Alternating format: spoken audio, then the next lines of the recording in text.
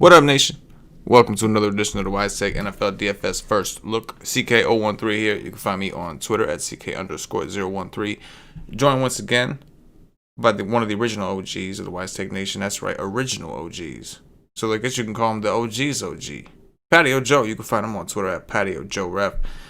Joey, my man, we missed you on the Wise stream, but, we understand, man. Parents got to go do their thing. I'll soon find out what that's like. And, anyway, glad to have you back with us this week, man. Congrats on 5-0, Joey, or 4-0, Joey.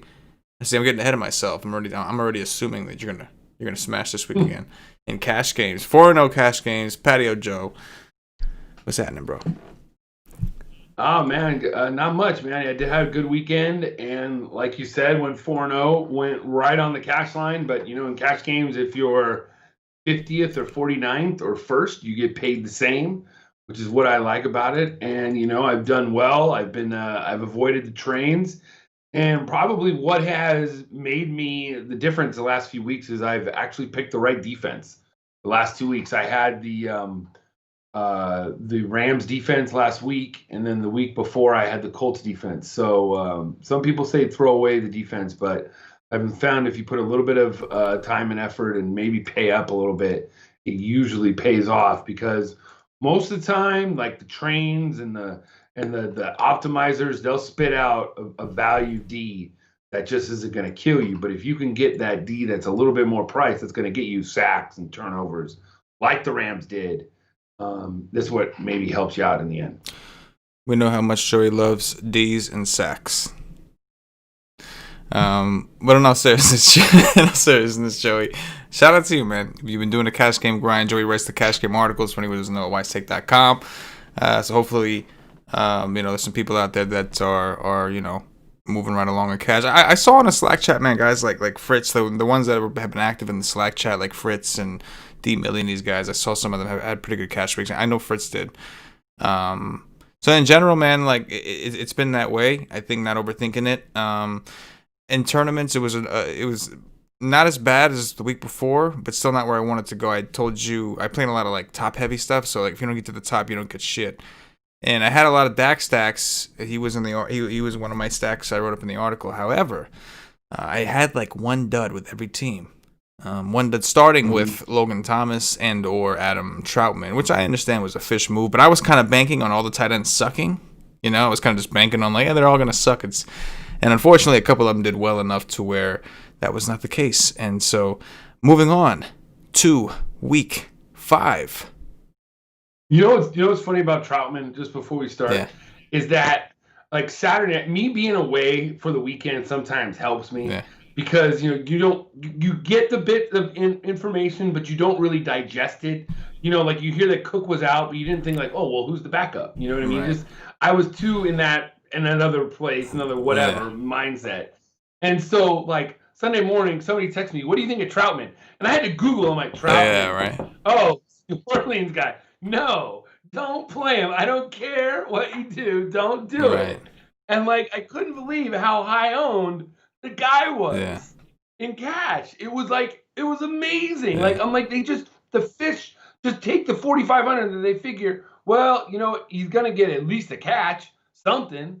And nothing happens, and it's just like, okay, and I'm like, and sometimes it's good not to always, go.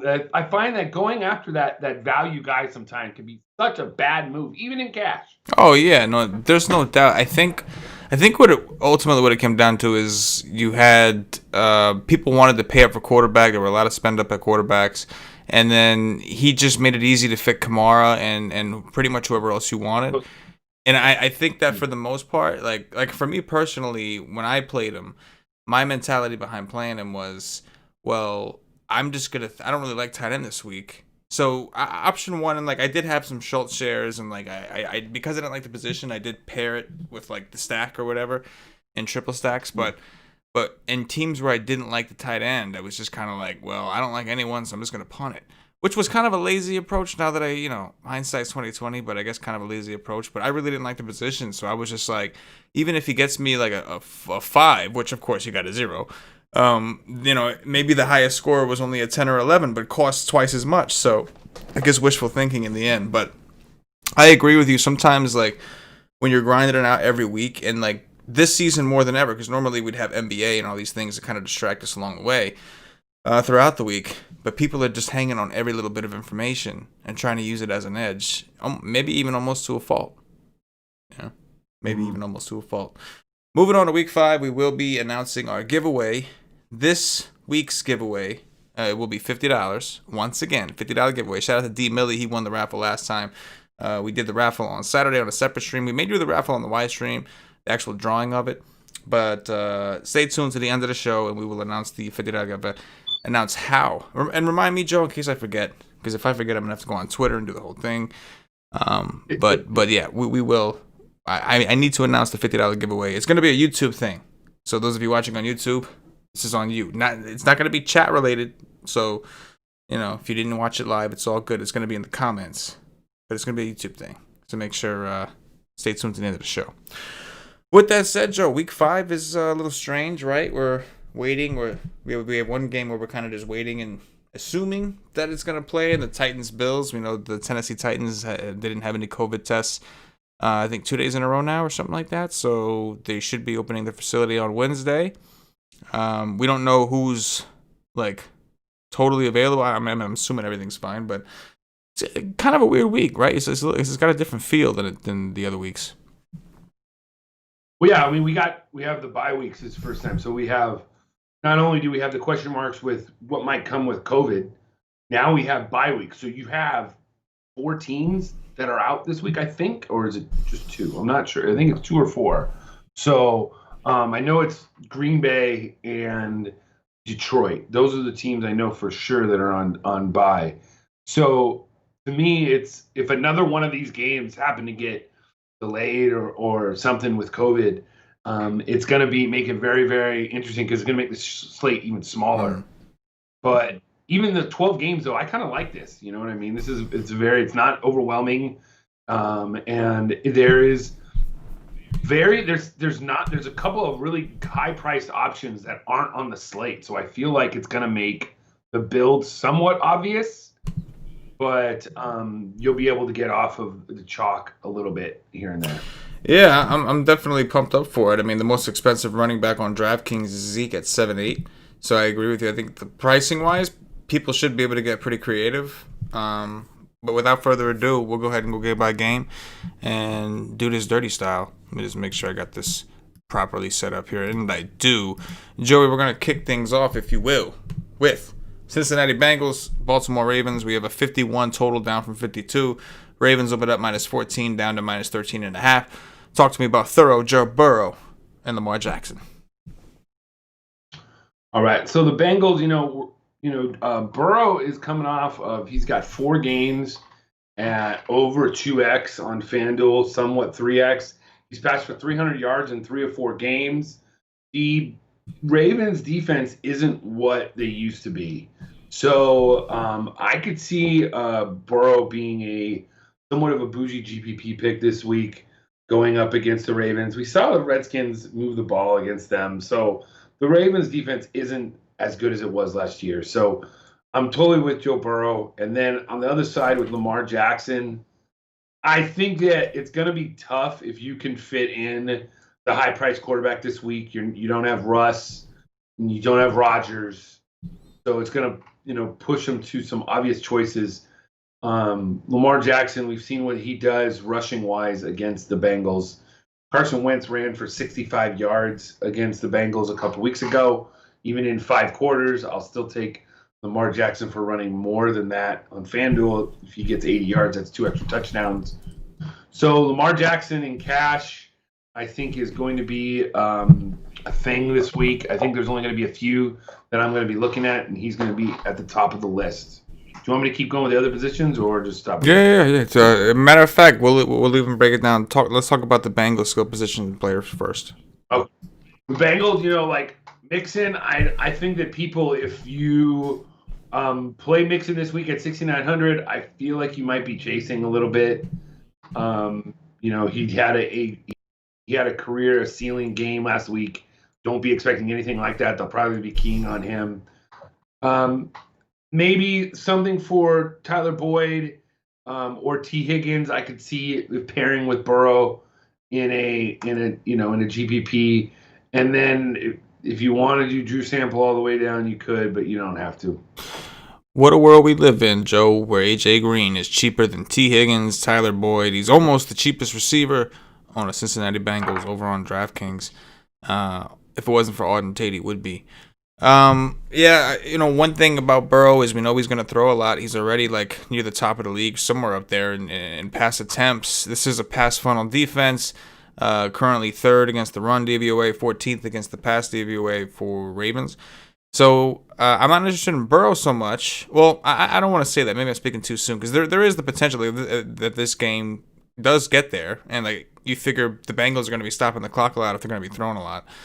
But at the very least, I'm interested in some of these receivers. I think Boyd right now is the favorite out of the slot against a good defense. I'm with you on Joe Mixon. Last week, at the beginning of the week, I was really into that. I kind of bailed on Mixon a little more towards the end of the week, which was stupid. But this week, I'm not into it either, man. But I do think that the AJ Greens, I know he's been terrible. He's washed up, whatever. He don't look right. Tough matchup once again. But, he's 4,800. I'm going to keep trying because their team throws too much. And I think at some point he will have a decent game. Or he'll be like Le'Veon Bell and just not. That's a possibility too. Talk to me about the Ravens skill players. The Ravens skill players, like I said, I really like Lamar just to be, you can go run him naked and just play by himself. I think if you're pairing him with anything, you got to pair him with Mark Andrews. I could see him just being just fine. And then if you want to do Marquise Brown, everybody keeps saying the breakout's coming. Well, I feel like we're trying to urge this guy to be the next Antonio Brown because he's related or something. But he hasn't done shit this year. I'm sorry, okay? Like, what people paid for him in seasonal drafts and everything. He hasn't scored one touchdown. He's had 86 yards. He had 100 yards in week one. It just hasn't been doing much. To me, he's been somewhat of a bust. Hopefully that's a reverse jinx and he goes off this week. But I feel like the only guy that's really, you can pair with any confidence is Andrews with Lamar. Another running game. I'm not even gonna step into that piece of shit running game trying to figure out what Harbaugh is gonna do.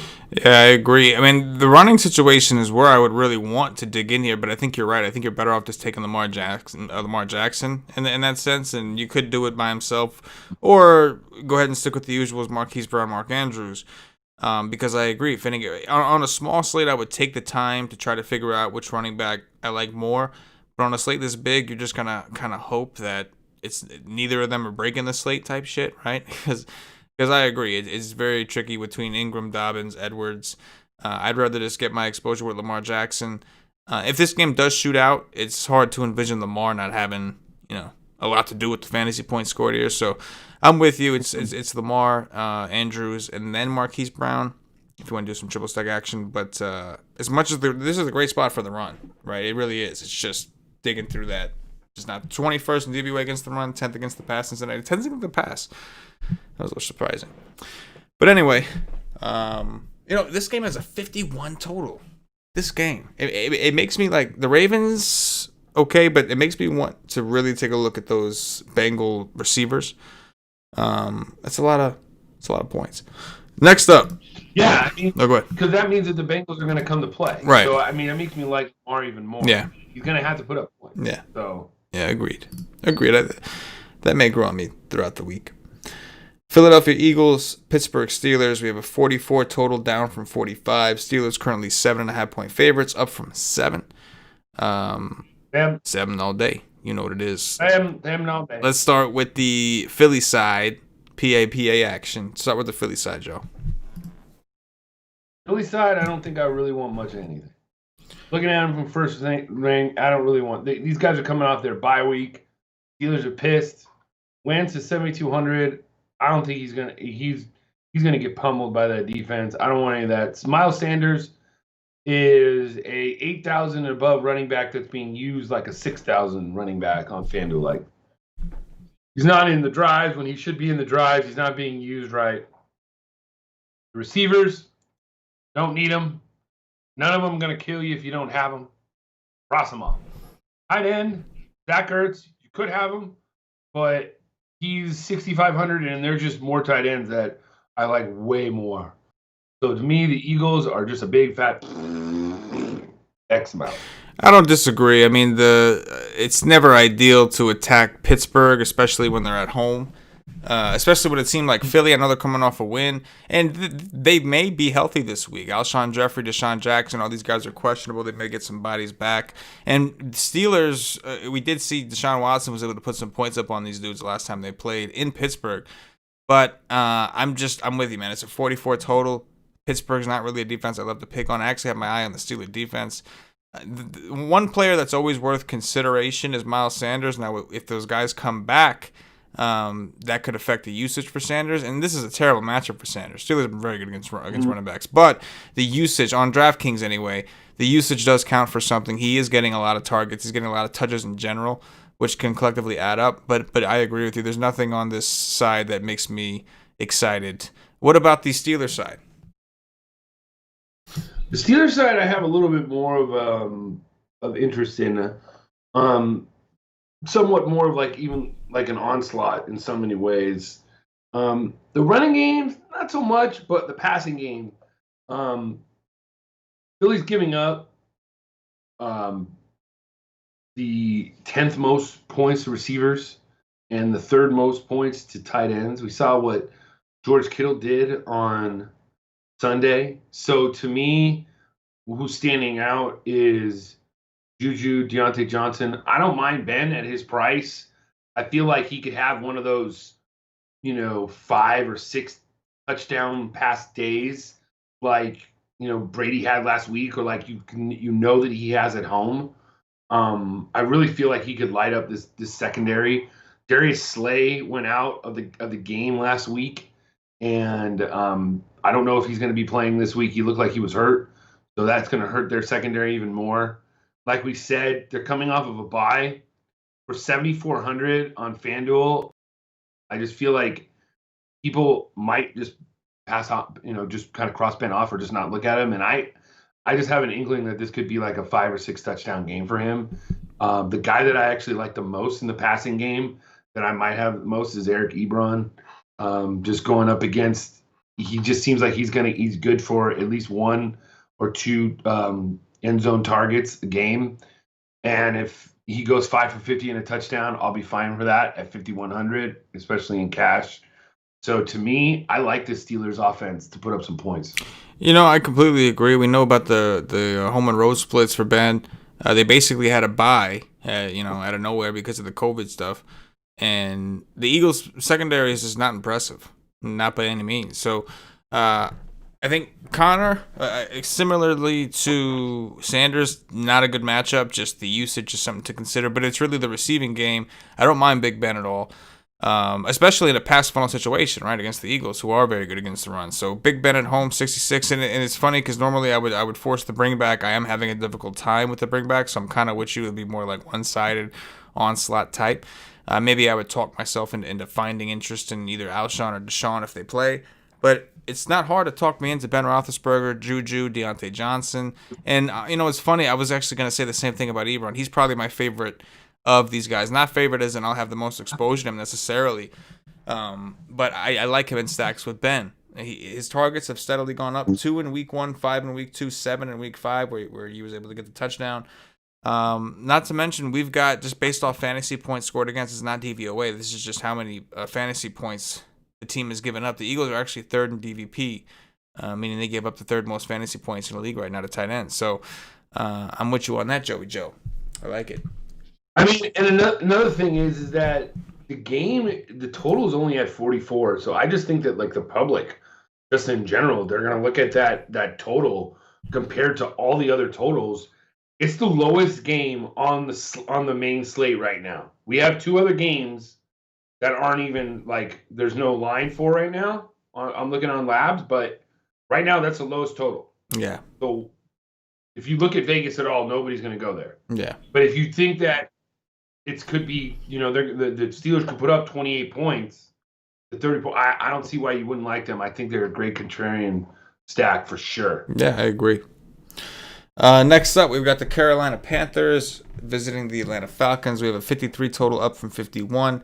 Falcons opened up -3.5. They're down to -2 at this point, with the public so far coming in on Carolina, though it is early in the week. Joe, talk to me about the Panthers. Yeah, the Panthers, I think that if you're going to pay down at quarterback this week in cash, it's Teddy Bridgewater. We've seen what quarterbacks have done against Atlanta. They're giving up the most fantasy points to quarterbacks in the position. So if there's ever going to be a week that you're going to play Teddy Bridgewater in cash, this is going to be the one. The Falcons are coming off of a short week, getting their ass beat. They're 0-4. Dan Quinn could get fired tomorrow, or he could be fired, but he could be fired after this game. So they're coming off of 2 wins, a lot of momentum. So don't overthink this. If you're going to pay down at quarterback, go to Bridgewater. I just think that FanDuel-wise on Sunday, that there's not as many high-priced options to where you're going to need to pay down at that price. So, but right now Bridgewater is standing out for anything. Mike Davis, 6,800 on FanDuel. He still isn't priced up. He should be above 7,000 right now, but he's not. He's getting targets. He's getting carries. He's showing you that Christian McCaffrey is more of a system running back than being one of the top running backs in the league. And systems make everything in the league. So Mike Davis at 6,800 is a great option for cash or in any setting, because he's going to get the work. And then if you want to go with the receivers with either Moore or Anderson, they're both relatively priced around the same. There's been a talk that Robbie Anderson is the top, the number one in Carolina. I still think it's DJ Moore. So ownership might go to Robbie Anderson, but DJ Moore's might be fine if you're going to pair him with Bridgewater. And then if you wanted to go deep flyer for tight end, I think you could go Ian Thomas. We saw what Robert Tonyan just did to these guys last night. So 3 touchdowns. So right now the Falcons are the worst defense against tight ends. So there's a lot to like about this Carolina offense, maybe even worth a game stack. Yeah, I completely agree. I mean, there's a couple teams that are being elevated by their matchup, and one of them being the Giants, one of them being Carolina. And Carolina is a lot more enticing, right? Their offense looks a whole lot better. They're out there winning games. Number 1 DVP, most fantasy points allowed to quarterbacks right now is Atlanta. We saw Aaron Rodgers rip through them last week. Atlanta's secondary is just shot, man. Just shot. And I don't even think they're that bad against the run per se. I think it's more like everything. Like Jamal Williams almost had 100 receiving yards on him yesterday, not to mention what Aaron Jones did. So I'm cool with Davis because of the pass game work, obviously, but I'm definitely interested in these receivers. And collectively on DraftKings, they're all very cheap, man. DJ Moore is $6K. I know it's funny. Robbie Anderson is, when they went and got him, I think we all kind of assumed that he was going to do what he did for the Jets and be the deep ball guy. But that hasn't really been the case. He's actually got a lower ADOT than DJ Moore.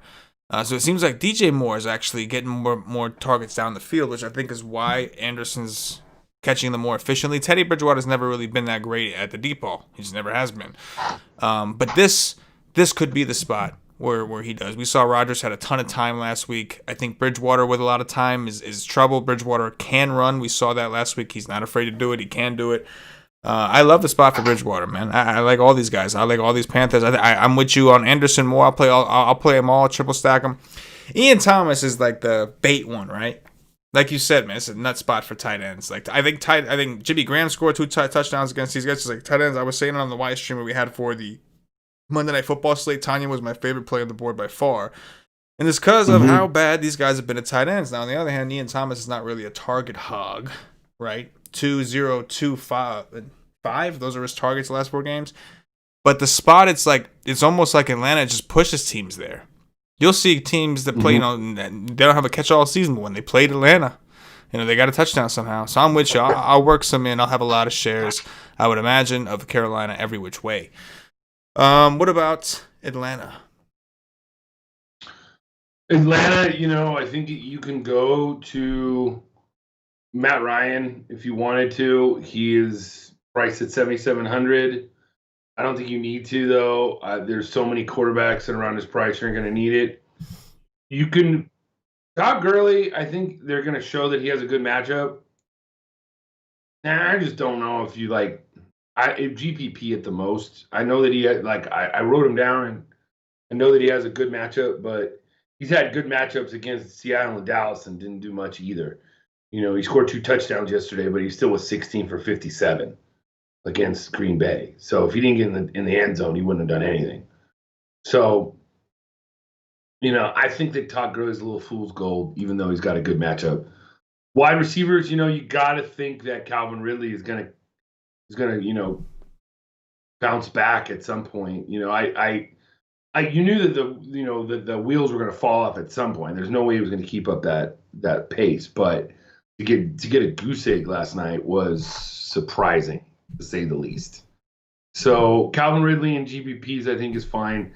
I think, to be honest with you, the receiver position as a whole this week is going to be a little bit difficult to figure out more than the other positions. But Ridley, I can deal with. Hayden Hurst, he's just a guy. So he's a 5 for 50 guy that you hope falls into the end zone. If he doesn't, he's just going to get you like he's been getting. He's just a guy. About it. He's a jag. He's just a guy. That's it. Yeah. All right. Nothing special about this mother. He's just a guy. Yeah. Cool. And I'm starting to think he's not very good either. Oh, yeah? He's supposed to have been good in Baltimore. They shipped him out for some reason because Mark Andrews, somebody we ain't even heard of, beat him out. And now he's in this system that is supposed to feature tight ends, and he ain't doing much. So it could be a product of just the way that the culture is over there and that Dan Quinn needs to go. I mean, yeah, I think that goes without saying. I mean, in all seriousness, this is already played out. But who would have thought that what's his name, Bill O'Brien, would have gotten fired before Adam Gase or even Quinn? Who would have thought? Yeah. What a world. Well, at least it shows that at least the ownership in Houston's willing to step up and do something. For some reason, the ownership in New York is just not. I mean, Arthur Blank, you can at least say Dan Quinn went to the Super Bowl 2-3 years ago. Oh, yeah. Adam Gase is riding off the coattails of Peyton Manning. I know. He's done nothing. He's done nothing. Yeah. He's done absolutely nothing. I know. Literally, I thought I heard a report that he was fired on Friday, and then I'm like, no, I guess that wasn't true. No, because the freaking, what's his name? Christopher Johnson, who's running the team while Woody's doing his thing with the politics shit. Yeah, he just recently came out and said, no, this guy's an offensive genius. You're not going to say that and fire the guy 2 days later because they lost to the Broncos. At least wait a week or two, right? You're not going to do it 2 days later. But we'll see. I'm still optimistic that something will happen there. But yeah, I'm with you. I'm not terribly interested in Matt Ryan, although the 6-1 price is appealing. He's better. He should be better at home. Carolina's been weird, right? What was up with the Cardinals' offense last week? They could not. They really struggled. If it wasn't for Kyler Murray's rushing yards, they were really struggling to move the ball against Carolina. And I'd like to think that has something to do with just the matchup against Kyler Murray. But definitely kind of curious because I'm with you. I'm not dying to play Gurley, right? Definitely not dying. You watch that game. He did well. It was great for those who had him. However, if you also there was full series where he wasn't in. You're talking about full series, not just he 1 down, 2 downs. No, full series where he didn't really come in. And that's a little scary. But he is cheap. On a small slate, I'd be more interested on a large slate. I know I'm going to look elsewhere, and there's a few running backs I like. I'm with you on Ridley, though. Bounce back spot for Ridley. I don't see anyone stopping him. And for value, assuming Julio Jones is out, this Alameda guy, min price on min price on DraftKings 3K. Want to get some exposure? If you end up liking some studs, you want to pay up a quarterback, or you're paying up for even Ridley, who's 7,500 over there. And again, I'm not saying not praising the ground he walks on, but I definitely think that we're gonna have interest in Gage, Ridley, and some of these passing game guys. So I'm with you. The Carolina side obviously a lot more appealing. No doubt. And I'm with John Hurst, man. That situation seemed like it was shitty for both sides. Hooper ain't doing dick in Cleveland. Hurst ain't doing dick in Atlanta. Who won? Nobody did. I don't understand why even Hooper went there. It just money, but I mean, it just doesn't make sense sometimes. Agreed. Next up, we've got the Oakland Raiders, Kansas City Chiefs. We have a 56 total. The Chiefs opened up -12. They're up to -13.5. The score was not, exactly, what do you say, just to how the game went with New England. New England kept that game pretty close up until the reality of what New England is without Cam set in. We're talking about the Raiders. Mm-hmm. Yeah, the Raiders, it's hard to figure them out, like who you'd really want to play in this matchup, because you got guys like, you're not going to play Carr. Jacobs at 8,200, I just don't think that's going to work. You know what I'm saying? I just don't think that's going to work. And they're going to key on him. And then the receivers, Ruggs, Edwards, probably both out again. And then they have Renfro. The guy, I think, if I was playing anybody right now, is I think that Nelson Aguilar might be becoming a thing. I don't know why, but he almost had 2 touchdown passes in very late against Buffalo. And if there's no Ruggs and if there's no Edwards, Renfro is just a guy, another Jag. So I think if you had to play somebody, it would be him. Waller is 6,800. I could see you going up there, but I just don't think you need it, especially when, Kittle is 7,100. I think you had a little bit of the discount at you get a little bit of the Sunday night discount on Kittle. So why would you play Waller there, in my opinion? So to me, I think the Raiders are a big cross off too. It's hard to get excited to play the Raiders, I agree. Not the best matchup for Waller. Not the best matchup for the passing game. We know Aguilar is very cheap, and it was nice to see him get some work, I guess, in some worlds.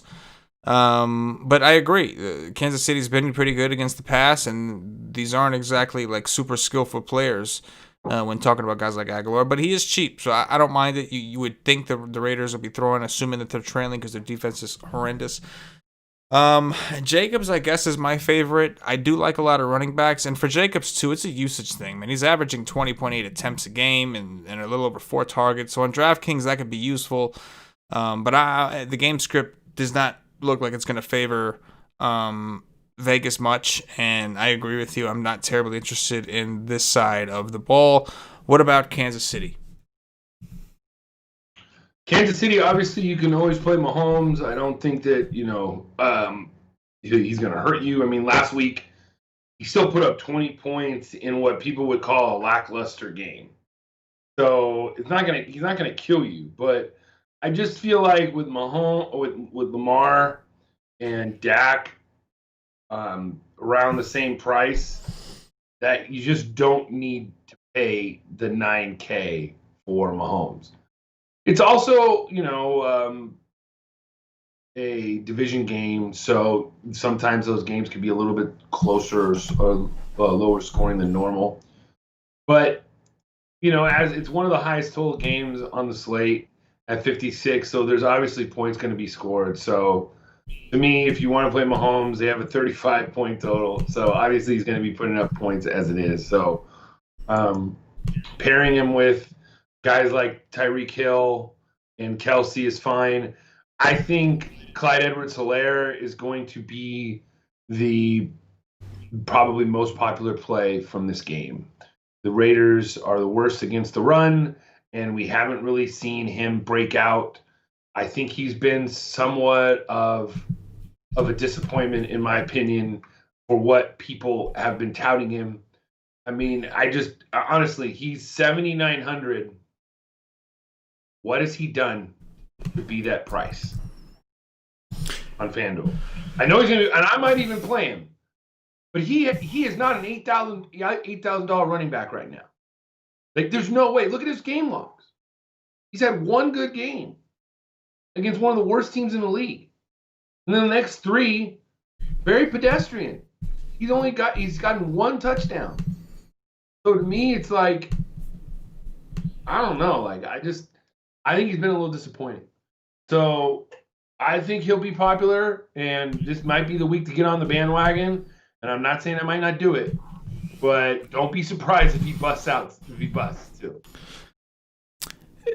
as of right now, I'll be on the bandwagon. The Raiders are first in DVP against running backs. They've given up the most fantasy points to lead running backs. Clyde Edwards-Helaire has it looks to me like a pretty good stranglehold on the position. He's averaging 7.8 rushing attempts a game, averaging just under 5 targets a game. On FanDuel at 7,900, would you? I would argue. I agree with you that I don't think he's earned that price tag based off his performance necessarily. But I could also argue that if you wanted to tell me that part of that inflation in price is due to matchup, which I'm not saying that's the case, but if I was told that and it was, then I would be like, okay, well that makes sense because the Raiders don't like to stack the box, and they sure as hell ain't gonna stack the box against Mahomes. I just don't see it happening, right? Like it's just they're just so terrified of Mahomes beating them. Gruden does not like to get beat through the air, even though he's got shitty players around him. It's hard to get away from him. I agree that he'll be popular. I agree he'll be the most popular player of this game. He might be one of the most popular players on the slate. And I also agree that he hasn't really earned the FanDuel price tag. But the usage, the role he's locked into, the fact that Kansas City is expected to blow them out, the fact that they're home. I like the correlation with him and the Kansas City defense, to be honest with you. Oakland has struggled against Kansas City for a while now. Even last year, they struggled twice offensively. Not terribly interested in the other guys. The price is just too high. I'm okay with some Kelsey just to get different. Assuming people don't want to spend up. I'm not saying that Tyreek Hill and these guys won't score touchdowns, but Helaire is probably my favorite as well. And I wish I had some funky, cool, fancy thing to say. Maybe by Friday on the Y stream I'll have something different. But right now, hard to get away from. And that's really the only thing I really like in this game. With a 56 total, though. That's another weird one, right? Like 56 point total. Why do I only like one player from this game? I don't know. I feel like we might be missing something. I mean, hopefully the 8Ds has something for us. Yeah. On Friday. Yeah. Hopefully Pauly D has something for us on Friday, because for this to be that high, there must be a lot of. They think the Raiders are gonna backdoor cover. Boy, I'm really getting sexual, but you know what I'm saying. Like the AD's coming in and backdoor, that's just bad. Yeah. So anyway, I don't know. I just feel like it's so hard for this offense to see where exactly it's going to go, where essentially it's going to go, because Watkins could get some, Hardman could get some, Kelsey could get some. Hill seems like the biggest benefactor, but he still hasn't had that ceiling game yet. That is true. So he just gets a touchdown, 4 catches for 70 yards or something like that. And he does, and he makes value, but he's not blowing up. So I feel like if you're going to play anybody, I think it's just Mahomes or Helaire with the defense. I agree. It's probably those are the 3 best plays. I agree. And I don't know, 56 total, I'm not seeing it. Rams football team, Washington football team. We have a 45.5 total, down from 46. Rams opened up -9.5 down to -7.5. Sam, Joey, talk to me about the Rams. Yep. The Rams, they've got to be one of the most puzzling teams in the NFL. They should have blown out Giants on Sunday, and they were a touchdown pass away from losing that game. Jared Goff is just somebody he'll get talk, but I don't think you need him. He's right around on FanDuel. He's right around the prices of Ben and Burrow. I prefer him way more. I think that you could play the running game. The Akers is returning, so I was on the Henderson bandwagon last week. He was a core play for me in the cash game article. And I thought the good correlation with the Rams defense was going to do well. He wound up, being outshined by Malcolm Brown for no apparent reason. McVay is just a dick when it comes to running backs. You just don't know, how he's going to run it. And I think that, Akers coming back just muddles it even more. So it's just one of those, to just stay away from that situation. Probably the guy I like the most is Tyler Higbee. What Redskins are giving up some points to the tight end position. So Higbee would be the play for the Rams. And you can always play guys like Robert Woods and a Cup too if they fit in the price range that you're needing. Yeah, I agree. I'm not overly excited. For too much here, I do think that both teams seem to play fast. It looks like Washington currently second in pace in neutral situations. The Rams currently seventh. We know the Rams like to run the ball. The Redskins have been pretty good against the run so far, although they do have some injuries that could impact that. I'm not interested in Goff a ton.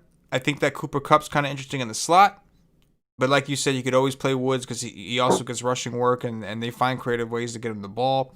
But Higbee's my favorite too, man. Real simple right here. Fourth in DVP. That means they've allowed the fourth most fantasy points to tight ends. Tyler Higbee. I'll be looking for a tight end that's productive instead of just sucking it hard with Logan Thomas every week, who I guess we'll talk about in a second. But I'm with you. Higbee's my favorite at the moment. In the running back situation, man, Cam Akers back now. I'm just too afraid of that. I got burnt by that too. I didn't have a ton, but I did have like 20% Aaron Henderson or so, and was also victimized, and he ruined some really good teams of mine. And it wasn't even his fault, man. It's his coach's fault. So I agree. He can be a dick, and he could be a dick to someone else. I ain't playing that shit. Let's go to the Washington side, Joey Joe. Yeah, with the Washington side, I think. By the way, you can also go with the Rams D too. But I just think that they're 5K, and there's other defense that I like more. That they shouldn't be the highest priced defense on the slate. So, but if you wanted to play them, you could if you had the money. But the Redskins or the Washington team. Obviously, you don't want the quarterback, the running back. It's Antonio Gibson's backfield. And he's starting getting to the price. He's $5,900 or $5,800 on FanDuel. He's on my GPP radar. We've seen nothing but a steady increase in targets, touches every week. He is becoming the central part of this offense. So, negative game script, whatever, he's going to get the touches. I don't mind him at 5,800 on Sunday. Wide receiver spot. Terry McLaurin is 6,300, and all he does is averages about 12 targets or 10 targets a game. He just doesn't get in the end zone enough. But I think he's underpriced at 6,300. Whether he's with Ramsey or not, I think he's going to get targets. So it might be a little bit of a downgrade, but I don't know if I'd really shy away from him also. I mean, Ramsey could get fined or suspended for what happened at the end of the game last week. We haven't heard anything about that. Did you see that? No, I was just I was just gonna ask you if you've heard anything. I haven't heard anything. Like all I heard was like Matt Rule had said that all the Giant players said that Ramsey started it. Tate was defending himself, but I'm waiting for the league to kind of step in here and do something. I mean, as far as I know, there were fisticuffs thrown. It was technically after the game, but still, they were in jerseys and other, So I'm with you, man. I've been waiting to hear about Tate, waiting to hear about Ramsey, and I think that is a pretty big impact on this situation with McLaurin, who's getting a ton of targets. Absolutely. Well, yeah, and another thing is that I guess after the game, Ramsey waited outside the locker room for Tate. He wanted more. I mean, Ramsey's that crazy guy that we all know in the neighborhood you just don't fuck with. That's Jalen Ramsey, man. He's just a crazy motherfucker. So I just don't know. Like if he gets suspended, I think Terry McLaurin just shoots up to like cash game block, So that's it. And Logan Thomas, I think he's fool's gold. He gets the targets. He doesn't do anything with them. Like it just seems like he's just petering out. Every week we just seen it lower, lower, lower. So to me, I mean on FanDuel, Eric Ebron is $200 more. Why would you play him? Why wouldn't you play him? Or Ian Thomas is less than him. Just play him if you're gonna do that. At this point, Joe, I'm too vested. Number one, this has been one of the weaker links, if you will, for the Rams defense. So I'll have Logan Thomas. I'm too vested. I've spent too much money. I'm not going to have nearly as much as I have and watch this be the week when I only have like 5 fucking or 10% that watch this be the week he finally, hits value. But for a punt tight end, it's there. We got 4 targets against Baltimore. That was not ideal. Before that, 7, 9, 8. I know he's not doing a whole ton with it, but this is a situation where if Ramsey is in, McLaurin is by far the number one guy for targets, and if he's constantly got a tail on him, I do think McLaurin is more likely to try to get Logan Thomas more involved, opposed to the Inmans and Steve Sims, who he doesn't seem to like anymore.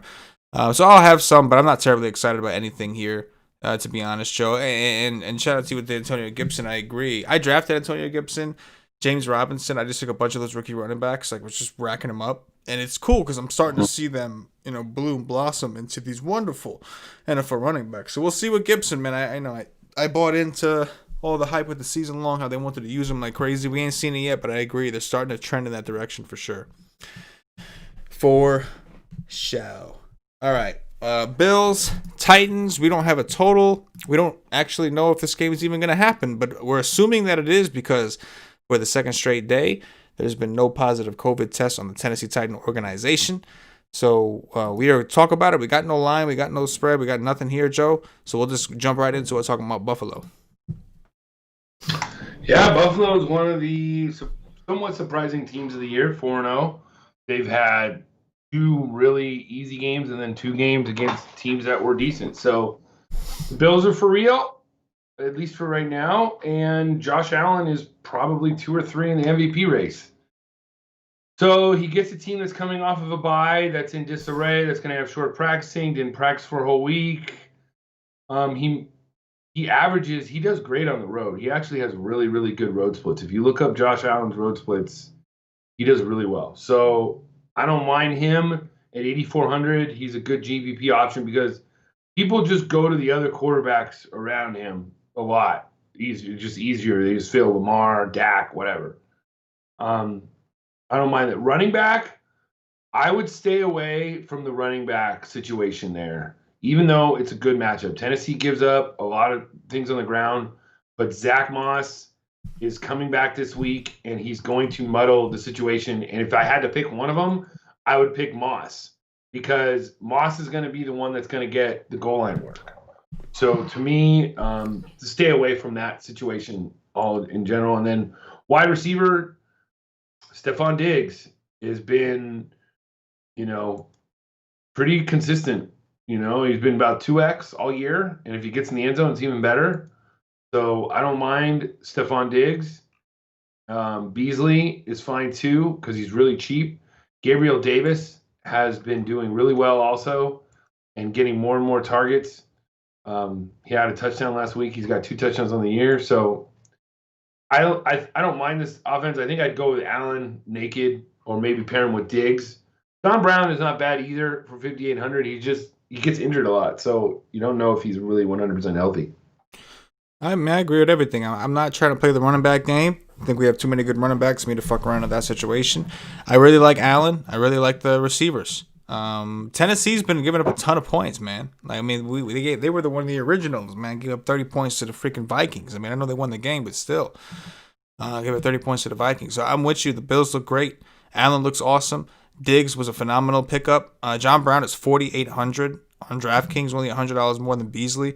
I'm very interested, and the triple stack is very easy to put together. Allen is expensive at 7.5, but Diggs is 7K. John Brown 4.8, got a little value to help you out. So I'm with it, man. I like the way Allen's spreading the ball. You can work in Beasley a little bit. You can even get a little different and try to go Brown Beasley and just hope that the Titans just double team Diggs. But either way, different kinds of combinations. I do like Allen a lot this week with the receiving game as well. What about Tannehill, Henry, and the Titans? You don't know how they're going to react coming off of this COVID situation. But I feel like if I'm playing anybody from that team, it might be A.J. Brown. He's 6,500. He's underpriced. He should be coming back. He's their biggest big play receiver. I don't mind that. I don't mind Jonnu Smith either at 5,800. Bills give up a lot to the tight end. Henry, I just think that they could be behind a little bit, so they might be passing. And at 8,600 on FanDuel, I don't think you need it. Tannehill, I have no desire for. Yeah, I'm not really into Tannehill either. Henry obviously is, like you said. I think this could be a sneaky spot for Henry. And the reason I say that is because we've got the Bills as 23rd in DVP, so they're not giving up a ton of fantasy points to running backs. However, if you look at DVOA so far in the season, Buffalo's actually 20th against the run. They were 17th against the pass, 20th against the run. So I know before last week I was talking about how Buffalo's been sneaky bad against the run. So it hasn't resulted in a ton of fantasy points. I think that's because the Bills have been on these shootouts, so teams haven't run the ball as much as they wanted to. And I think that as long as Tennessee is within one score, they're going to continue to play their brand of football, which is running the ball. So I think Henry could be kind of sneaky in tournaments. I don't think he'll be popular enough to where you have to consider him in cash in a matchup with the Bills. But I do think in tournaments at 7K, for a guy averaging 27.3 rushing attempts per game, it's kind of interesting.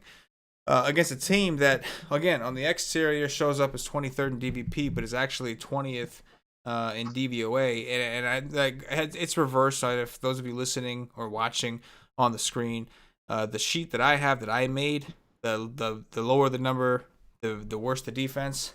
DVOA metrics, we're talking about 20th, me being like 20th from the top. So like we're number 1 being really good, and then number 31 being really bad. So it's kind of reversed when I talk about that.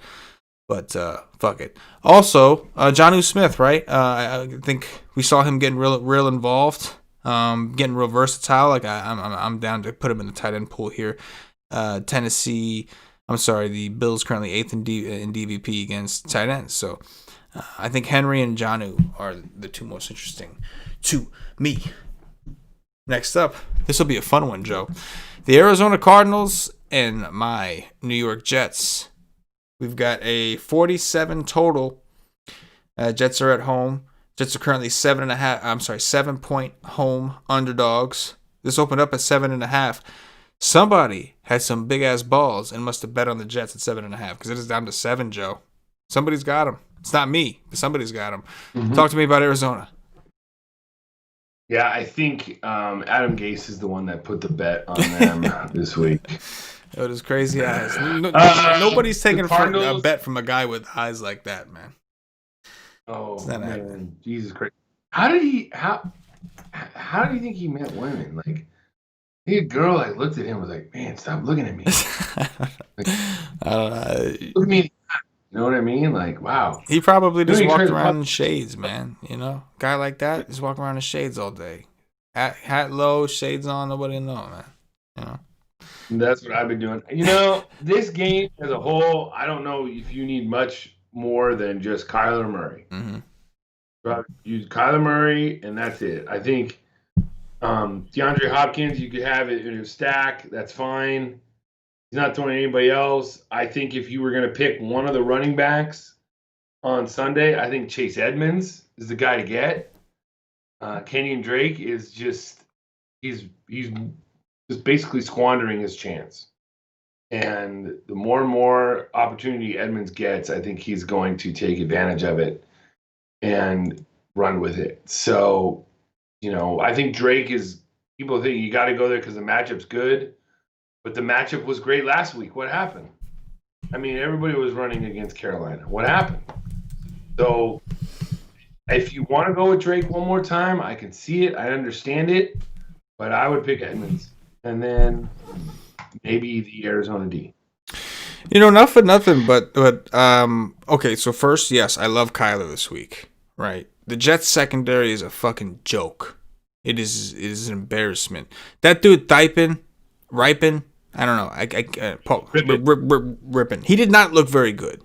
Yet he was able to lead his offense to 37 points or something like that, I think it was.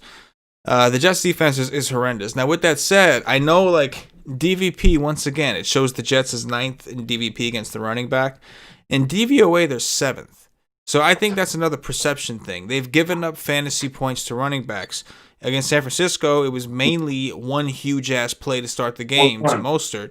And then in this one, the same kind of thing happened at the end of the game. Gordon got that extra touchdown, and literally the last play, which should have been the last play of the game, they had the run stuffed, and Gordon just stopped and went on the outside, and he beat him. It's more of a broken play than it is an actual, they were just beat straight up. It was a broken play, more or less. And I'm not taking anything away from Gordon. This is not about that. My point is that I think the Jets are really, truly in some world where they may be competitive somewhere in some game. They're truly another pass funnel type defense because their secondary is just fucking horrendous. Now, it doesn't work that way because, again, the offense is constantly putting the defense on the field. Defense eventually gets tired, and then they crack. They finally give up the big play to the running back. But the Jets are healthy. We'll talk about them in a second. They may be the healthiest they've been since, I think, week 1. Not that that's worth a damn because they've looked shitty since week 1. But my point being, I'm with you, Joe. I lean towards the pass game for sure, and I want a good amount of it. Kyler Murray, I like a lot. D-Hop, 7,900, sign me up. They got nobody that can stop this dude, not even close. I'm okay with Kirk. The rest of it's kind of ugly. Fitzgerald is probably the one I had the least interest in because I think the best secondary player the Jets have is Poole, who plays out of the slot. Their nickelback. He's probably the best one they have. So D-Hop, Kirk, I'm fine with those guys. I like Kyler Murray a ton. Now, Joe, and I'm with you on the running. I'm not interested. I'm not. You're right. Kenyon Drake's been. I'll find something else. I'm not interested. What about the Jets? Yeah, right. Let's just move right on to the next game is right. The Jets, they have all like these really shifty wide receivers, that everybody likes, like Berrios and Hogan. They're really cheap too. And, Jamison Crowder, for what it's worth, he's just pretty consistent with his targets. So he's gonna get. If they're going to be behind or whatever, he's going to get his 10 targets a game. So it's almost like vanilla ice cream. But if you're going to take one player from this game, from the Jets side, it'd be Jamison Crowder. Don't want anything running backs. Don't want Darnold. Chris Herndon is the biggest fool's gold of the year. And that's it. I'm no interest in Darnold. I will say this before we talk about the Hogans and the Berrioses. Brashad Perriman may be back. The Jets might be getting like everybody back. Even Mims may actually be back. Mims will be eligible to come off the IR this week, as is Le'Veon Bell. Perriman was never on the IR, so we'll see who's actually in. Sam Darnold might not even play. He's actually questionable after he got slammed on Thursday Night SmackDown. I mean Thursday Night Football last week. But he says he wants to play. He's going to try to play. That's the MO. If not, Flacco is the backup, just FYI. Interestingly enough, looking at Le'Veon Bell's 5,100, if he does come back and there's no type of restriction on the workload, I could be interested only because of how bad the Cardinals have been against the run in general. But again, that's just nothing but a sprinkle. There's a lot of running backs I like. There's really not a ton of Jets I'm willing to invest in. But I want to be somewhat open-minded because I really do like the Cardinals side, like the pass game. So I want to be open-minded. I really don't like to not bring anything back on the other side. But if the team's bad enough, sometimes you got to do what you got to do. And I don't know if it gets any worse than the Jets. But again, I will say my one hope that I'll find some diamond in the rough here is that if everybody is healthy, like they actually haven't been very. They lost Bell relatively early. Perriman got hurt right away, and even Crowder. He played one game and he's their best option. He missed 2, and Crowder probably is the answer to that question. Like right there, you've been saying it the whole time. It's probably Crowder. So the conversation can probably end there, right? Crowder, stack up the Cardinals. Crowder's a bring back. Moving on, right? And or go Onslaught City like you said and play the Cardinals D. Onslaught City. I can get behind that. I can. All right. Moving on, we've got the Jacksonville Jaguars, Houston Texans. We have a 54 total. Texans open up -7. They're down to -6.5. Talk to me about Jacksonville, Joey. Yeah, this is a game that when I looked at the schedule, I thought, it could be a sneaky game. But then I saw the total at 54, and I don't think it's going to sneak up on anybody. So we have the coaching change in Houston. We have Jacksonville coming into town, losers of 3 games. So they're 1-3. They're playing, to me, I feel like James Robinson is the cash play in this game. He's a lock for, all the carries he's going to get. He had a 40-yard carry called back last week that would have helped even more. And he still didn't do too bad. Facing Houston, that obviously we know that you can run on them. So I don't mind that at 6,600. Wide receivers, it's good that DJ Chark is back because that helps Laviska Shenault at 5,300. He's been his role has been growing every week in this offense, so he's somebody that you can take a look at. But that's pretty much it on the side for the Jacksonville Jaguars. Yeah, I mean, I agree with you on Robinson. I like Robinson a lot, like a whole lot. And just do one thing here. Okay. Yeah, I like Robinson a lot as well. The touches have looked good, averaging 15 rushing attempts per game, just under 4 targets per game. Houston has been horrendous against running backs, and that actually, I wrote up Dalvin Cook last week in my core plays article, and that was one of the reasons that I made sure to include him. Like, I wasn't going to play a lot of Cook all week, and then I don't know how I missed it. Then I looked at Houston because I wanted to play some Deshaun, and I'm like, oh, I'll bring it back with Thielen, maybe this Jefferson guy. And once I actually really looked in to what's happening to Houston on the ground, I was like, oh, it's easy. This is the easiest decision of my life. It's Dalvin Cook 100%.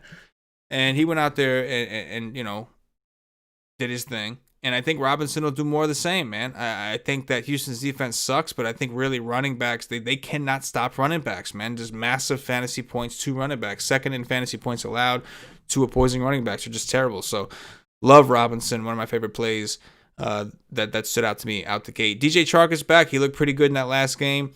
I agree with you that I think him being back is going to be better for Laviska, for Keelan Cole, and all these guys. But Chark, remember, last year was the number 1 here. So I anticipate that going back to that at some point, and I think we're seeing the start of it. But Robinson is the star for me here on Jacksonville. What about Houston, Joe? Houston, I think that it's a spot where you could say that they're going to blow up offensively, but you thought that last week. So, but they did well. They did better.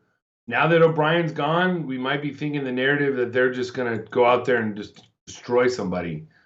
I don't mind Deshaun Watson at all on his price at 7,900 on FanDuel. If you wanted to lock him in to a cash game, I mean, he's been Mr. Consistent, throwing for over 250 every game. He's thrown for 1 or 2 touchdowns a game. He has that rushing floor that we like. We just haven't really seen it yet. So they might let him go. So I don't mind Deshaun. The running back situation is a little muddled right now.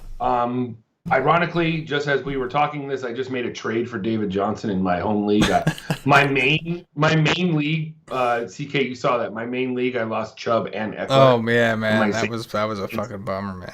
So I have like a really good wide receiving core. So I just traded Robert Woods for David Johnson. So I'm pretty happy with the move. I needed some running back help, but we did see David Johnson's snap total go down to 55% this week because Duke Johnson was back. And there has been some rumblings that Duke Johnson might be getting a little bit more of a role, but still David Johnson for the first 2 downs and such, he's got a good matchup. I just think he's a GPP option if you want to go with it. But he's one of those, he's kind of around the Kenyon Drake status now, that even if he does do good, I just don't think it's a ceiling point to where you'd be like, wow, like I like Antonio Gibson for less in that same price range and stuff like that. So I don't mind David Johnson. Will Fuller is another good play. I think that I don't really care at his matchup. It's not the greatest matchup of the week, but he should have had 2 touchdowns, everybody, last week. He only had 1, but he had his second one overturned. And that was, I don't know, did you see the play? I don't know if you saw it, but it shouldn't have been overturned. I think it was a touchdown. The Will Fuller catch? Yeah. At the end. Oh, I jinxed the shit out of Paulie with that one. Will Fuller was a core play for Paulie last week, and when for you too, when I saw him when I saw him catch that second touchdown pass, I immediately texted Paulie and was like, "Great fucking call." And then like it got overturned, and I didn't say a word. I didn't say a word the rest of the day. I didn't send him one text. I was like, "Oh shit," because I said it like as soon as he caught it. I was like, "Wow, great call." I was like, "Oh fuck," I got overturned. That was rough. So, yeah, I don't mind Fuller at all. I think that this game is a sneaky game, and I think it's a good stack game too. The tight end position also, look for Jordan Akins to see. He's got a concussion, but the Jags aren't very good against tight ends. So if he were to play, I don't mind him as a GPP flyer way down below too. Like, he's just as good as Adam Troutman. Oh yeah. I don't think you can get much worse than what we saw with Adam Troutman. I love this offense, man, and particularly I love the pass game. Again, noting that Jacksonville is 7th in DVP against running backs, which looks great. But again, and also more importantly, if you look at the receivers, 22nd in DVP, so it looks like they're not giving up a lot of fantasy points to receivers. However, if we go look up their DVOA numbers, Jacksonville is 17th against the run, which is not great, but it's a lot better than their 32 or dead last ranking against the pass. 32nd in DVOA against the pass. So I think this is a phenomenal spot for Deshaun Watson, a phenomenal spot for Will Fuller. Last week they were pretty popular. They were not the tournament winners, and I think this week we could see things shift. High total, they're at home again. New coach, new motivation. I love Will Fuller. My question is what to do with Randall Cobb and Brandon Cooks. Cooks was literally nothing. Goose eggs from Cooks last week. Just look, he was trending in the right direction. And then, I mean, if you look at this, like Randall Cobb is old, I get it. But Will Fuller, Randall Cobb, Brandon Cooks, that's not a bad receiving core. Granted, it's not DeAndre Hopkins. It's fucking be a lot better with DeAndre Hopkins. But you would think they'd be able to do a little bit more than this. And then also with the tight ends, I'm interested. I would prefer Akins. On the other hand, if Akins were to be out, at least Fells is more likely to get those targets. But Jacksonville has been really bad to tight ends. And again, I'm looking for. I like the triple stack, so I'm looking for Watson with Fuller and one other person, and it's either Cobb, Cooks, or one of these tight ends. Before we move on, what do you think the deal is with Cooks, man? I just don't think maybe he's that good anymore. Like, he keeps on going to all these places and getting traded. There's got to be a reason. Like, maybe he's just not that good. Maybe he's just a burner. I don't know. Like, there's something about him that isn't clicking. Man. So, move on. Moving on. I'll play the shit out of Houston this week, though. Holla! Pass game. Holla. Miami, San Francisco, 47 total, which seemed kind of high for this matchup. The 49ers currently favored by 8.5. I think that's under the assumption that Jimmy G is back and some of the other players from San Francisco. We'll talk about that. In the meantime, Joe, talk to me about Miami. Yeah, well, Miami. This might be. I could see it could be Tua time. It's sometime in this game. For them to come out on Twitter on Monday or Tuesday and say, Ryan Fitzpatrick will start week 5. Why wouldn't he start week 5? Isn't he the starter? Why would you have to be telling us this? I have no idea. Why are they telling us this, CK? Is there a question why Ryan Fitzpatrick is the starter? The funny thing is, what's funny to me is that 2 weeks ago, they whip up on the Jags, and everybody literally is growing their beards like Fitzpatrick, like he's the shit. And then a real team comes in there and whoops up on them. And all of a sudden now, it's Tua time. What the fuck happened 10 days ago? I thought Fitz was the toast of Miami because you beat the fucking Jags. What the fuck? I mean, seriously. And now all of a sudden, it's Tua? Like literally, like you guys flip-flop so much just for 1 week. They lost to the Seahawks. They should lose to the Seahawks. Like, what Miami is seeing Burrow light it up. They're seeing Justin Herbert light it up, and they're thinking, well, we got our guy. Why aren't we playing our guy? Because you got bearded Fitzpatrick playing and beating the Jags. That's why. Fuck, don't even get me started on that shit. But anyway, so I like the Dolphins, they're one of those teams, like, they're just going to keep losing. They're in a great spot because they get the Texans first-round pick this year, too. So, I don't know. I just play Tua. I think he's going to come in at some point. But the running back, like everything else, like running backs through Gaskin, you don't need the wide receivers. I guess you could have Parker and Gesicki, whatever. I just think San Francisco is going to roll them. And this game's going to be done. And Tua's going to play by the end of this game. It's hard not. I mean, I don't understand that. I guess the 47 total, maybe that's more for the Niners offense. Like, I'm having a hard time seeing. Like, I understand that the Niners have some injuries on defense, but it's just, I agree. It's tough to envision, man. Seattle, they didn't look all that great. Not that Fitz did terrible from a DFS perspective, which is all we care about, but they didn't look great against Seattle, who's a struggling defense, who didn't have Jamal Adams and one of their starting cornerbacks. I mean, I'm okay with taking some shots on these guys. Preston Williams for cheap, I'm okay with because of the price. Isaiah Ford in the slot, maybe we could look at take advantage there. Like, I'll dig in to see where specifically Miami has struggled. Obviously, DVP is pretty general. I'd like to see, like, is it the slot? Is there any opportunity in the slot? Which I would think the slot would be where we could, I guess try. So maybe Isaiah Ford at 3,500 is kind of interesting, but all in all, I mean, there's just other spots on the slate that look way better than this. This is like the opposite of what we had last week with Miami. Last week, they were at home against Seattle. This week, they're playing the Niners on the road. It just seems like a tough situation. I agree. Talk to me about the 49ers. Yeah, with the Niners, Garoppolo's coming back. I don't think you really would need him. Running back, McKinnon, more on DK. Wide receiver, I don't mind a little Debo this week for GPPs. You saw what he did last week. It's only going to get bigger. His role is only going to grow. We saw Xavier Howard shadow DK Metcalf last week, and he went 4 for 100. But I feel like he did pretty well on DK. So I don't know if he's going to shadow any one of these receivers.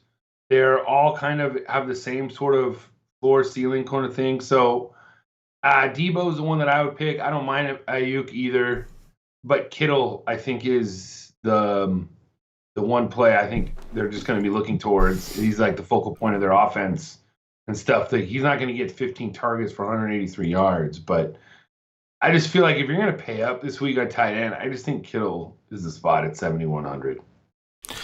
Yeah, I mean, Kittle looked insane against the Eagles. That just was a wild fucking game. I'm with you on Debo. Debo's probably my favorite. I'm not crazy interested in Jimmy G. Mostert, I'm worried. I would be interested in the running game here, and maybe I am. I'm just a little concerned that McKinnon played well enough to where he might get more like shares of this, like maybe more of an equal split. We'll have to see the injury status. We don't know for sure if everybody's in. But if the 49ers are full strength, it's hard not to see them just kind of rolling away with this game. Like, say what you will about the 49ers, who I know the Eagles made them look like they're not so great, and people might say, oh, but they're not that good. DVOA wise, they're still 6th against the pass and 8th against the run. So, you take away some variance things that happen once in a while. You take away, a situation like last week where they should have never been in that situation. You got to keep in mind that Mullins was awful. And it's like any other, no matter how good your defense is, if your offense is constantly putting you in bad situations, bad field positions, and keeping you on the field, eventually the defense is going to break. So if the 49ers offense is healthy and they're able to at least play somewhat efficiently, that's going to make a difference for the defense as well. It's going to make the defense better and allow them to play the way they're supposed to play. So I'll leave it at that. But I do like Deebo Samuel. He's one guy that stands out to me. The running game looks great. I just don't know. I got to do some digging on that. See how healthy Mostert is, because McKinnon did play pretty well for them, in that span. Next up, we've got Paulie D's New York Giants visiting the Fantasy Gold Dallas Cowboys. We have a 54 total. Dallas currently 9.5-point favorites at home. We have the pleasure of talking about the Giants first. So, Joey, hit me. Hit you with the Giants. All right. So, Danny Dimes. I mean, I feel like he's going to be the, topic of conversation. Every quarterback's been lighting up, Dallas. Last week, though, Mayfield didn't. They just ran against them. So, I just don't think you need to play Daniel Jones. I just don't think you need it. He hasn't shown us that he could do it. And it's like, how much do you really think he's going to get? Like 25 at the most? I mean, I think Bridgewater could get that. And he's the same price. So, I don't know. I'm just not into that part of the Giants offense. I think you could go with I think Gallman is a better running back than Devonta Freeman, but either of those guys are decent.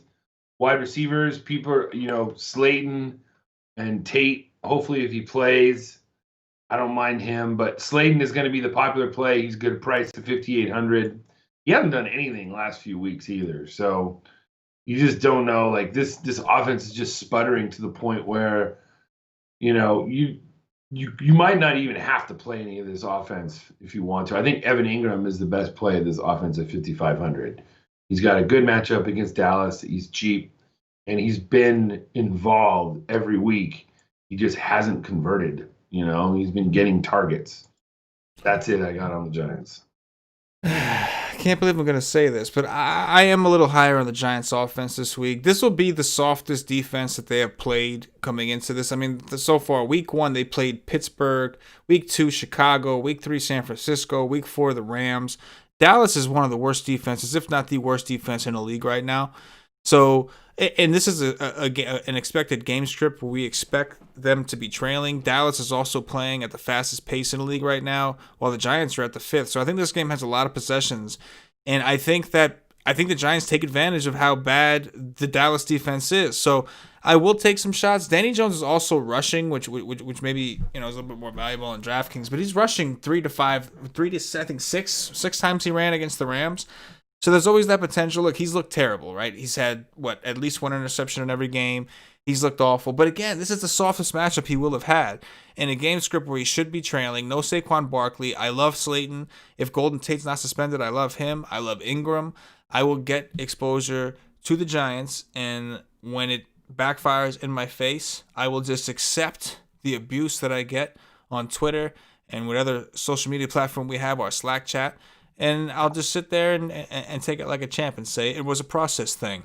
But I think I will. Last year, we saw Danny Jones has that upside. When they played the Jets, he went for 34 DraftKings points. When they played Washington, he went for 38 DraftKings points. Against Detroit, went for 32. There were multiple occasions where he showed massive upside. And if you can't get it done in this situation where every other quarterback, every other offense is steamrolling and doing whatever they want and looking like they're living their best lives against the Cowboys, I'm going to take a shot, man. So I will be a little bit higher on them. And I'll be reluctant. It's not going to feel good. Not going to feel good at all. But talk to me about the Cowboys. The Cowboys, it's funny what you were talking about with the Giants offense. I could see the Cowboys defense being one of the highest owned on the slate just because they're 3,500 and people just going to them because people feel like, oh, well, they're going to get an interception here or there or a sack because Jones does know to turn the ball over. He does have a lot of fumbles and stuff like that. So I see people saying that the Cowboys have the worst defense in the league, but pick them up this week and stream them in your seasonal leagues. So it's the Giants offense is very polarizing right now. You fall on each side. You could see, thing is that you could see either thing happening. You could see the Giants going in there and putting up 25 to 30 points and making it a good game. And then you could see them going in there and not being able to score like they did the last 3-4 weeks because they've shown that more often. So it's like, to me, I feel like Ingram is really the only play on the Giants. But for the Cowboys, Dak Prescott obviously is, he's on a pace they said for throwing for 6,700 yards this year. I don't think he's going to need to throw for over 400 this week, no matter what. And I think that it is a Zeke week to the fact where he is probably a core lock play right now. McCarthy was on record saying that the defense falls on him. They're giving up too much points, which means they're probably out on the field way too long. Well, how do you keep the defense off the field? You keep your offense on the field, and you run the ball, and you run, and you run, and you run. And even the thing is that even in these games where Dak has thrown for over 500 yards, Zeke has still gotten his, 15 to 25 points around there. He still doesn't kill you. He just hasn't had that huge game, those 3 touchdown games or anything right now. But I think this week he's going to be the focal point of the offense, trying to slow everything down because you said they have been playing at a fast pace. So hopefully they can slow the game down. Receiving wise, I mean, obviously they're all in play. Cooper, Mr. CeeDee Lamb, and Gallup is obviously a third. CeeDee Lamb is still too cheap, I think. So if you don't play Zeke and Cash, I would play CeeDee Lamb because he's going to get targets and such. And he's going to be involved. I feel like he's really just his role is only growing. And then tight end Dalton Schultz is questionable right now, so we don't know. And then I talked to you about the defense. I could see people playing the defense. Yeah, I agree with you on Danny Dimes, the turnover thing. And my biggest fear is also that the Cowboys try to run the ball more and keep the opposing, the Giants off the field. But again, going back, I'll say it again. The Giants have faced a bunch of tough defenses, man. Like they've seen nothing but tough defenses. This is by far, and like McCarthy can say whatever he wants to say. Like, I'm gonna take control of you don't have the personnel, dude. Your defense sucks because you don't have the personnel. Yes, it's also because you're playing very fast and because you're airing the ball out and your defense is constantly on the field because you're scoring so damn quick at the same sense. But I really think that their defense is kind of just in shambles. And what happens if the Giants get the ball first and score? You know what I'm saying? And then at that point, it's the same situation as the Browns. They really can't look back. So I like Zeke a ton. That's nothing to do with Zeke. I do like Zeke.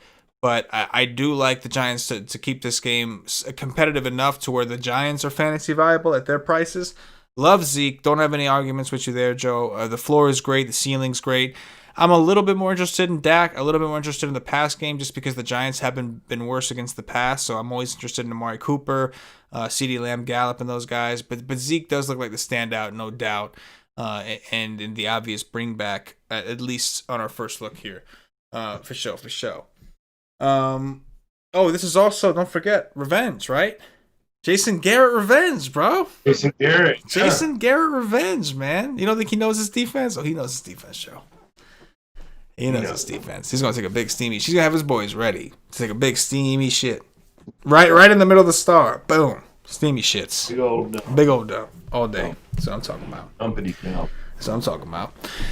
Broncos, Patriots. We've got no total on this game either. No spread. I'm assuming it's injury related. Oh, yeah. We have to find out what's going on with Cam Newton. Find out what's going on with the rest of the Patriots. Who the starting quarterback for the Patriots even is at this point, I don't know. But the Broncos are pretty bad. They've struggled to beat the Jets. And if you struggle to beat the Jets, you must be pretty fucking bad. Talk to me about the Denver Broncos. You don't even know who's going to be quarterback for the Broncos, too. They say Drew Lock is 50-50. He didn't practice today. I think it's going to be Brett Rippon going to New England. That just is not a good situation for a rookie quarterback. Melvin Gordon, he's had some success in New England with the Chargers. But the thing, he might become a decent just volume play if Philip Lindsay's out again. But all reports is that he might be out, might be coming back. Wide receiver, I just feel like I don't know exactly who is going to get the treatment for Gilmore. Jerry Jeudy plays more in the inside, so I could see him being a little bit more productive than normal. But I think you can stay away from this passing game totally. Tight end Fant is out a few weeks, so don't worry about it. You don't want the defense. Pretty much don't want any Bronco.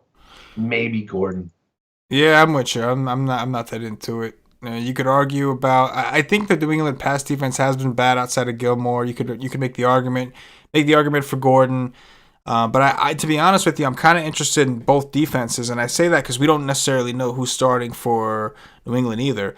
But Hoyer looked pretty fucking bad out there. So with that said, I think the Denver's in defense could be interesting for cheap, but it's mostly the Patriots defense that I think I'll be looking at. I'm just not terribly interested in this either, Joe. Go ahead and talk about New England. Yeah, New England, you don't know if Cam Newton's going to play. And that makes a lot of difference in everything. The different team. I think the Patriots beat Kansas City last week if he plays. If Cam plays? Yeah. So, yeah. The defense didn't play that bad, man. Defense did not play that bad against Kansas City. I know that he only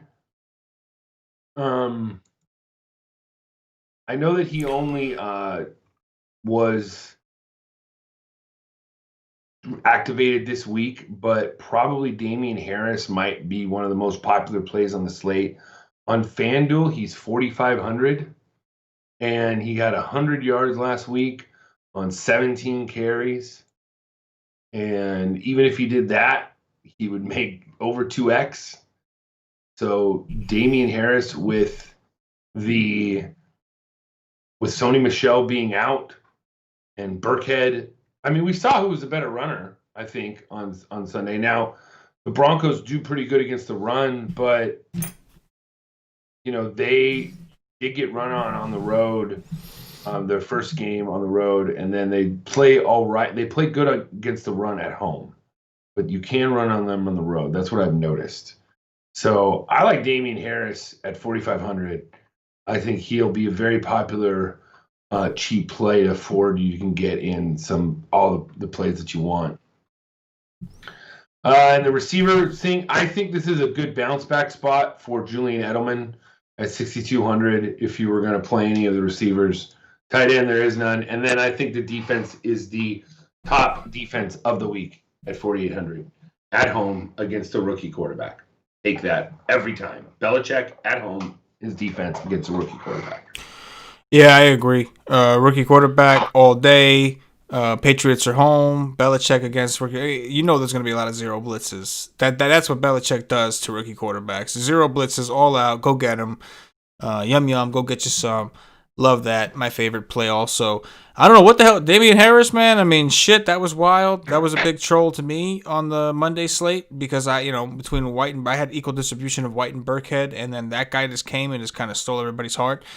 He's cheap. I get it. I don't know. I guess it depends on how bad I need the running back because I'm not totally sold that it is him. I think it could be Rex Burkhead any given night. I think it's just a matter of who's got the hotter hand at the moment. Unless this game gets out of hand, then I think Harris will just get the rock. Edelman in a bounce back spot, maybe. It really depends on who the quarterback's going to be for New England. Right now we have Hoyer in there, but this just seems like there's better spots elsewhere. Edelman's 5'7". That's the only reason I bring him up, and he did not get very many looks at all from Hoyer. But maybe he would have had Stidham played a little bit longer. I don't know. But yeah, I'm with you on that. Patriots defense is the main one. Last game here, Joe. We got the Indianapolis Colts and the Cleveland Browns. We have a 47 total. Colts, this game opened up as a pick'em, and the Colts are now 2.5-point favorites from what I can see. Joey, talk to me about the Colts. Oof. This is a very, very tough game to kind of thing because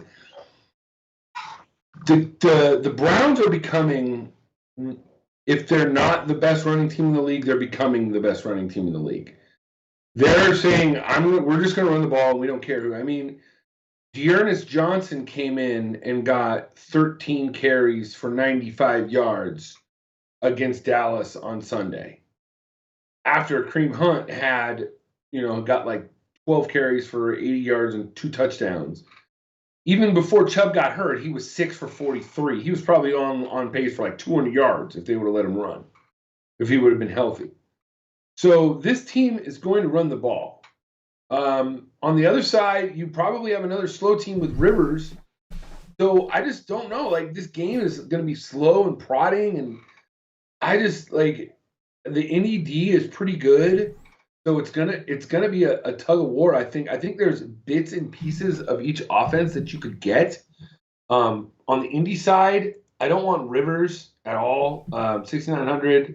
I guess you could because Cleveland D gave up a lot last week, but Rivers hasn't had like a 30-point game, I don't think, in like the last 10 years on FanDuel. So I just don't think you need him. Running back, Jonathan Taylor, like CEH, has been a little bit disappointing. He hasn't improved like we thought he would. And then wide receiver, I think the wide receiver I like the most is Zach Pascal. He is going to be in the slot and has a good matchup. We saw what Lamb did last week. We saw what these Dallas receivers did. So it could be a spot for Pascal or T.Y. Hilton. They're both very reasonably priced, so take a look at that.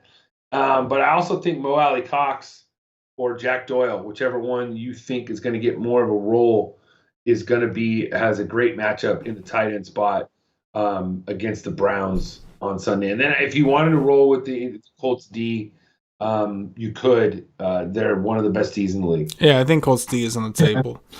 I agree with you. I'm not really into Rivers. I'm not really into Taylor or Hines too much. The Cleveland has been good against the run. And it's the receivers really, and we'll talk about tight ends in a second. I like the slot. Attacking them with the slot, I think, is the best bet. Over the middle of the field is where they're weak. So Pascal, number one. Hilton for the upside. He's having a terrible year. Rivers having a problem getting him the ball. We assume Ward is going to be on Hilton most of the time, so that kind of sucks. But Pascal in the slot seems fairly safe in this situation. Like you mentioned, CeeDee Lamb was able to exploit him last week. With that said, Amari Cooper was also able to do some dirty, so don't ignore T.Y. Hilton now. Now, tight end, this really sucks, man. One of my favorite spots in football is attacking Cleveland with tight ends this year. The problem is they now, not only do they have Mo Alley Cox and Jack Doyle, they now have Trey Burton out as well, who I think had 5 targets in his first game. You got 3 tight ends you're working in there. It really fucking sucks. And they're going to use them all because they're missing receivers right now. So, very annoying. It sucks. If you want to take your guess at which one you think it is, be my guest, but it's just very difficult. But I do like the Pascal call for sure. What about the Cleveland side, Joe? The Cleveland side, I don't. The thing is, if you think that the Cleveland is going to be able to run the ball against anybody, then you got to look at Kareem Hunt. If you think that they're even going to be in control of the game like last week, you have to take a look at this other guy, Dearness Johnson. But Kareem Hunt at 7,000, he's going to get the lion's share of the carry. People are saying he's a top 5 back right now, and he probably could be. But he's got a tough matchup, so don't just go locking him in and thinking he's going to get everything that you need this week. I think he could be a little bit of a trap against a very, very good team. Wide receiver-wise, Odell looked like he finally broke out. I don't mind Odell on Sunday, but I don't think you really need him. Landry, the same thing. Tight end, Hooper, you don't. So this offense, I think it'd be the running game, Hunt, and maybe Odell in GBPs because he's fairly priced at 6,800. Yeah, I agree. With the Hunt comments, right? Like we assume Hunt's going to get an uptick in work. Now they do have other running backs that could chime in here. We don't know for sure that Hunt's just going to automatically get every touch there is. But we know his chances of doing it are higher, and we would expect he would get Chubb's, early down stuff at potentially. So I do think we'll see an uptick in workload. My issue, of course, is the matchup. I think that, like you said, the Colts defense has been one of the better ones out there. DVOA, they rank really well also. So I'm not really that interested. I think the Browns were a benefactor of what we saw last week, which is why I kind of like the Giants of the matchup against the Cowboys, which is why I like the Giants this week. So I'm not that interested here in Cleveland, and I am interested in the Colts defense. That's going to do it for the Game by Game Nation. It's going to be a pretty wild slate. Always a good time talking to Joe about this on the first look, because by the time we do this show, Joe, I feel like I have so much of a better grasp going forward with the week and what to look for and what to dig in on. So always appreciate hopping on these things with you. With that said, it's time to announce our contest, $50 giveaway. That's right, $50 giveaway, and we're going to do it on YouTube.